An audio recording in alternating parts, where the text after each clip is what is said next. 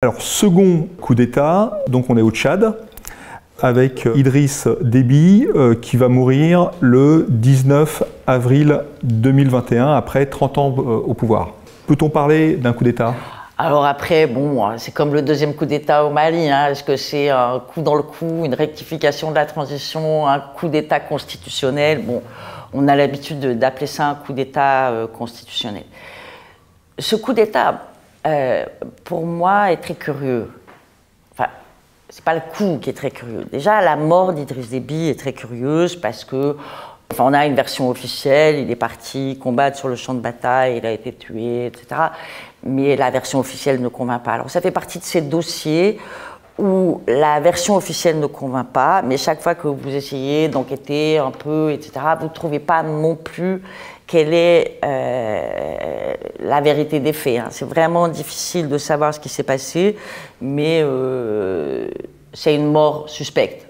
On peut au moins dire des choses comme ça. Toujours est-il, il a été tué. Qui l'a tué, on n'en sait rien. Comment, on ne sait pas. À quelle heure précisément, on ne sait pas non plus. Mais c'est pas l'heure, alors dans mon souvenir, c'est pas l'heure qui a été dite, mais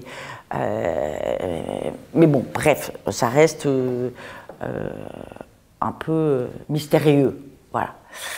Et dans la foulée de cette mort, mais alors quelques heures après, son fils réunit le conseil militaire, donc les généraux tchadiens, il y en a beaucoup de généraux, donc c'est au Tchad, c'est une armée où il y a vraiment beaucoup de généraux, mais réunit les généraux tchadiens proches de lui et se déclare président par intérim, chef de la transition. Donc, et il écrit lui aussi une charte de la transition. Alors les Maliens, ils avaient mis une semaine pour faire leur charte, eux mettent 2 heures. Et tout se passe extrêmement vite.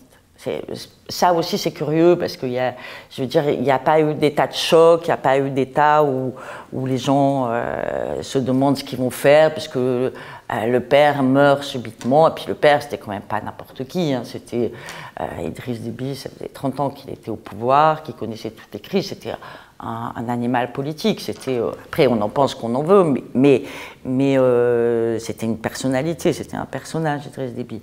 Donc cette personne meurt brusquement et il n'y a pas une seconde de latence. Tout est fait extrêmement vite. Et donc là, ça c'est dans le chapitre que j'appelle le sparadrap du président, parce que Emmanuel Macron va se précipiter aux obsèques d'Idriss Déby, et aux obsèques d'Idriss Déby, il va adouber le fils, qui a pris le pouvoir par la force, même si c'est une force constitutionnelle, enfin, qui a pris... alors que, il faut dire, peut-être, je ne m'embrouille pas, normalement, dans le cas où ce président mourait, la constitution tchadienne prévoyait que ce soit le président de l'Assemblée nationale. Mais là, paraît-il, le président de l'Assemblée nationale a dit « je ne veux pas du pouvoir ». Mais dans ces cas-là, si ce n'est pas le président de l'Assemblée nationale qui prend le pouvoir, c'est le vice-président de l'Assemblée nationale qui prend le pouvoir. Mais ça, on a évacué le vice-président, on ne sait pas où il est, on n'en a jamais parlé. Donc, comme le président de l'Assemblée nationale ne voulait pas le pouvoir, eh bien, on a placé le fils d'Idriss Déby et on en a fait une succession dynastique.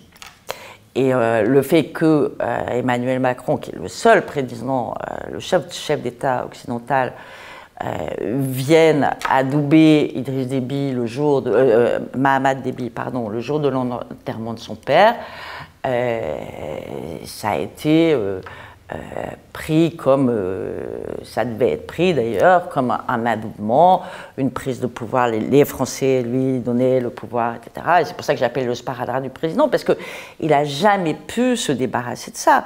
Parce que dans le même temps, on est en avril 2021, mais en mai 2021, il ne va pas accepter que les colonels maliens... Donc c'est toujours ce 2 poids, 2 mesures, cette géométrie variable qui a fait tant de mal à la France et qui fait toujours tant de mal à l'Occident d'ailleurs, hein, parce que c'est vraiment ces 2 poids, 2 mesures qui font que l'Occident perd un bon nombre de pays en ce moment. Et donc voilà, donc après, Mahamat Déby va extrêmement bien jouer Ça, faut lui reconnaître. Il est en place, il fait un dialogue national, je passe toutes les étapes, hein, il fait un dialogue national. Et puis en janvier dernier, il va en visite d'État à Moscou. Il est très très bien reçu par Vladimir Poutine. Donc il montre que, comme tous les chefs d'État aujourd'hui africains, il est capable de choisir ses partenaires, qu'il a le choix, que donc il n'est pas obligé de rester un allié incontournable des Français.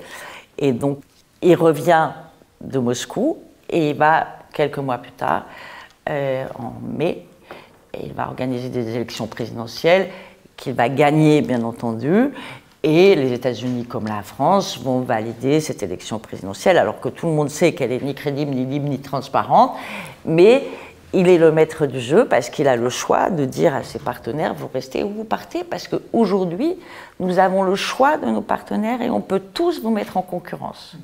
Et donc, c'est assez bien joué. Maintenant, quel va être l'avenir du Tchad? Comment ça va se passer? Qu'est-ce que vont faire les opposants? Quelle va être la politique de Mahamat Déby? Est-ce qu'il va garder les mêmes partenaires? Est-ce qu'il va demander à la France de partir? Tout ça, on ne sait pas. Oui, il y a le chef d'état-major de l'armée de l'air qui a demandé le départ des forces américaines. Oui, alors ça, c'est un peu ambigu. On ne sait pas trop exactement ce qui s'est passé, mais c'est vrai que les forces américaines au Tchad n'étaient pas nombreuses. C'est très difficile d'avoir le chiffre exact des forces américaines dans un pays, mais disons qu'elles étaient entre 100 et 150, et elles sont effectivement, il y a eu cette lettre du chef d'état-major de l'armée de l'air, et les Américains sont partis. Les 150 sont partis tout de suite après. Mais c'était avant les élections. Personne ne savait comment ça allait se passer. J'étais assez malin du point de vue américain, parce que si jamais il y avait eu des violences pendant ces élections, si jamais ces élections s'étaient vraiment très mal passées, parce qu'il y avait eu précédemment, on était en octobre 2022, je crois, il y avait eu un jeudi noir avec une manifestation réprimée où il y avait eu 200 morts. Donc, s'il y avait eu quelque chose comme ça qui s'était passé sous le regard des Américains, ils auraient été vraiment dans une situation inconfortable. Les Français aussi d'ailleurs, mais les Français ne pouvaient pas, ils sont plus nombreux, ils ne pouvaient pas partir de cette manière. Mais là, ils étaient 100, donc ils sont partis pendant tout ce laps des élections et maintenant ils sont en train, je pense, de renégocier leur place au Tchad et de revoir ça. Donc, c'était pas un départ définitif, en tout cas.